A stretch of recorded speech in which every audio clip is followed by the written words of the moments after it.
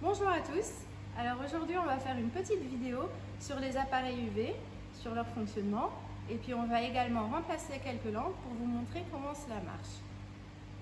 Voilà, donc tout d'abord, un appareil UV c'est quoi? À quoi ça sert?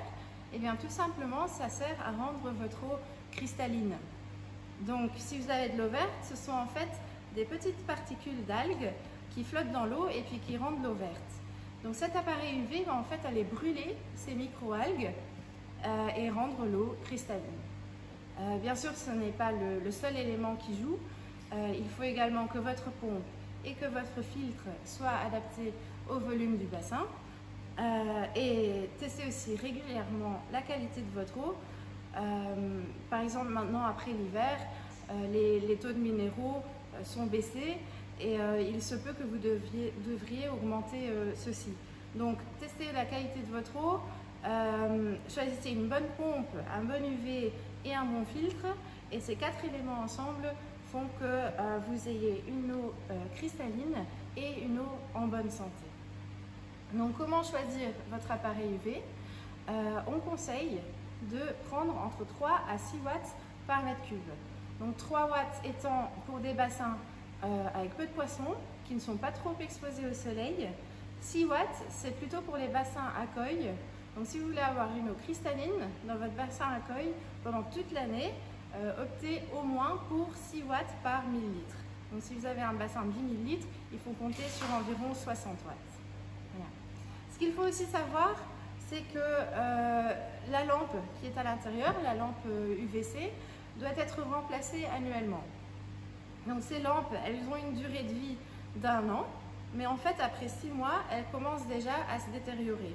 Donc pendant 6 mois, vous profitez de 100% de l'efficacité et ensuite, elles commencent à se détériorer. Donc si vous prenez la bonne habitude de remplacer votre lampe au printemps, vous pourriez faire ça annuellement et vous n'aurez jamais de problème. Un petit conseil, notez peut-être la date sur le carton, comme ça vous savez environ à quel moment vous l'avez changé.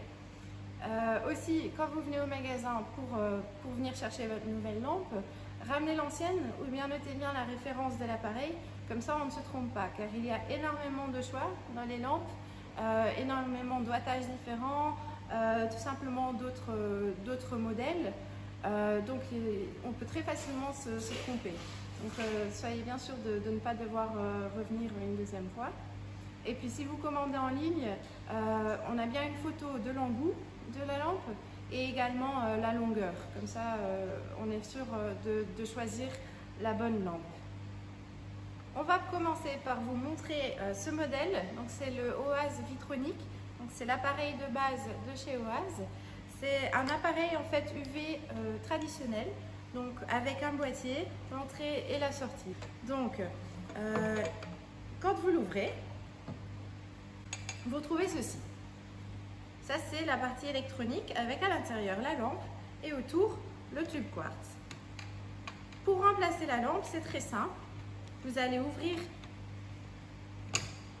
l'anneau ici. Donc, vous dévissez. Tout ce qu'il vous faut, c'est un tournevis. Vous dévissez l'anneau noir. Vous enlevez le tube quartz. Ça peut être un peu plus difficile si c'est un appareil déjà en fonction.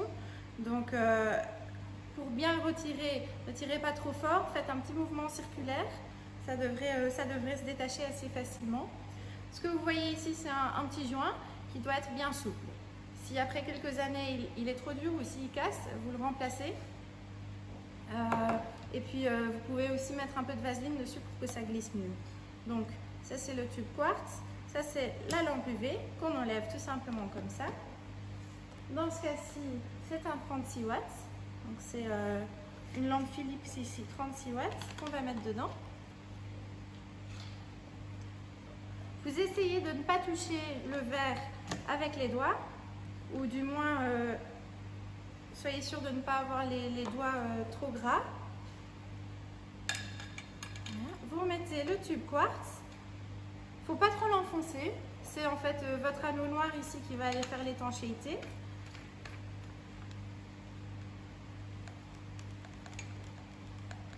Vous tournez jusqu'au bout sans forcer. Vous allez le sentir, voilà, là je suis au bout. Je referme ma vis.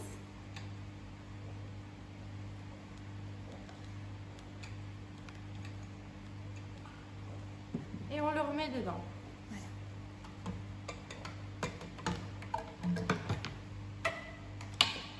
Donc ça, c'est ce qui en est pour le Vitronic de chez Oase.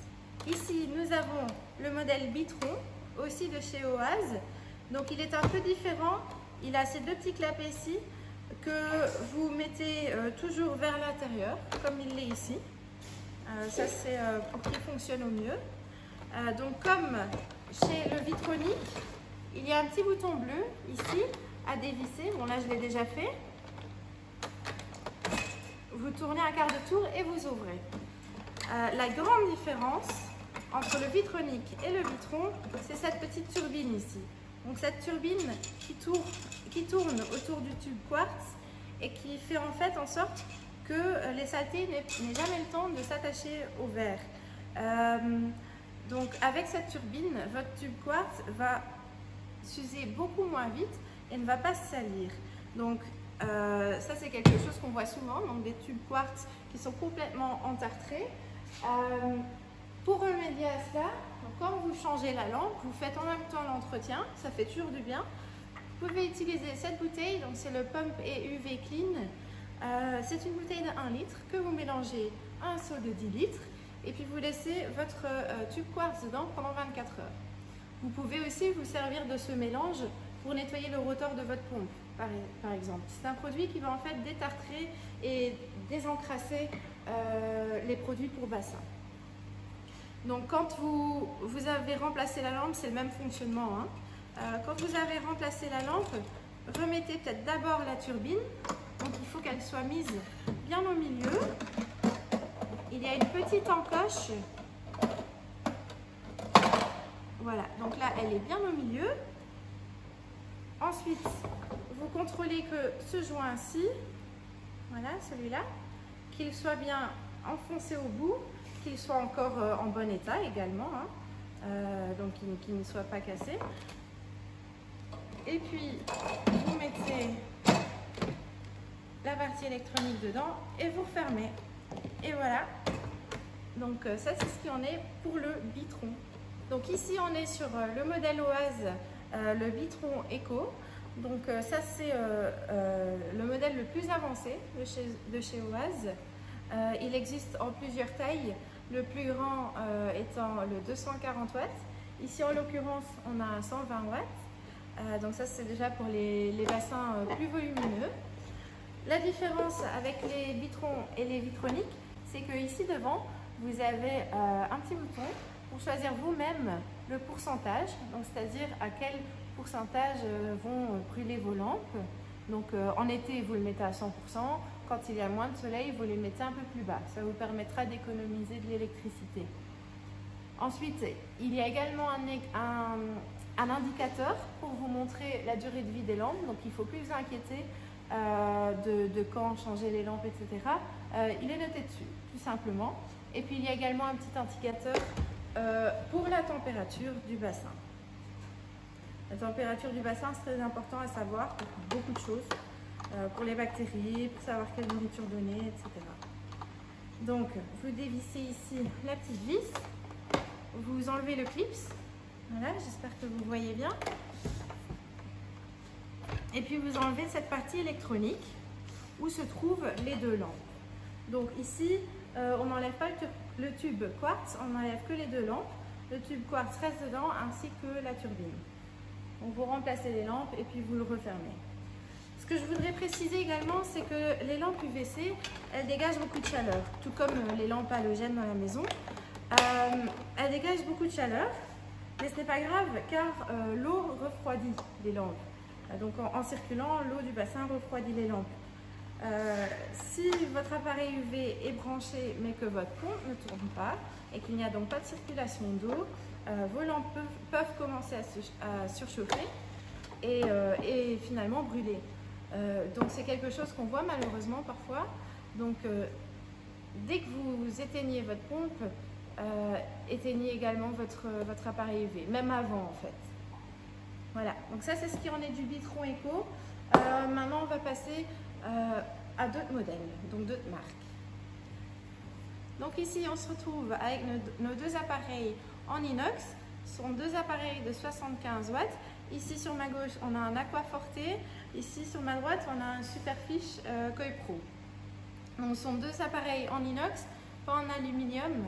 Essayez d'éviter les appareils en alu, malgré qu'ils soient moins chers, ils tiennent moins longtemps. Donc optez plutôt pour un inox. L'Aquaforte, c'est le moins cher, il est très intéressant au niveau prix. Par contre, le ballast, ne le mettez pas sous la pluie, ne le mettez pas sous le soleil, mettez-le bien à l'abri, c'est très important. Et puis également pour la durée de vie des embouts en plastique, évitez peut-être de mettre l'appareil en lui-même au soleil pour que la durée de vie des embouts en plastique soit plus longue. Ici on se retrouve avec notre appareil Superfiche, donc le modèle Koi Pro. C'est également un appareil UV en inox, donc tout comme l'Aquaforte, mais comme vous le voyez, il est beaucoup plus long. Donc l'eau a plus d'exposition à la lampe et donc il y a une meilleure efficacité. Celui-ci, pour le démonter, c'est assez simple. Donc ce que vous voyez ici, c'est le ballast. Donc c'est la même chose que ceci chez l'Aquaforte.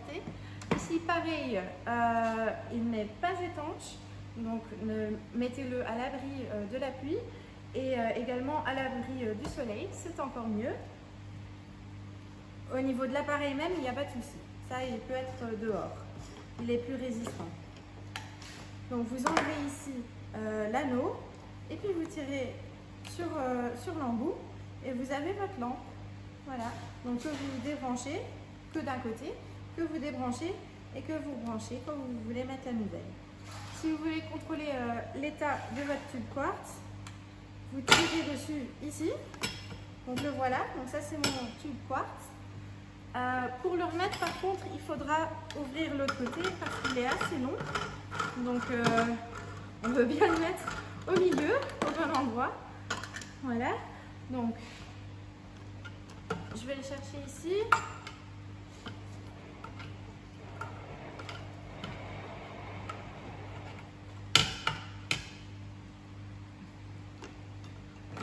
Voilà. Donc je dis pas qu'il faut être super doué, mais il faut avoir déjà un peu l'habitude. Mais si j'arrive à le faire, vous arriverez à le faire aussi. Voilà, donc vous remettez ici avec le cercle à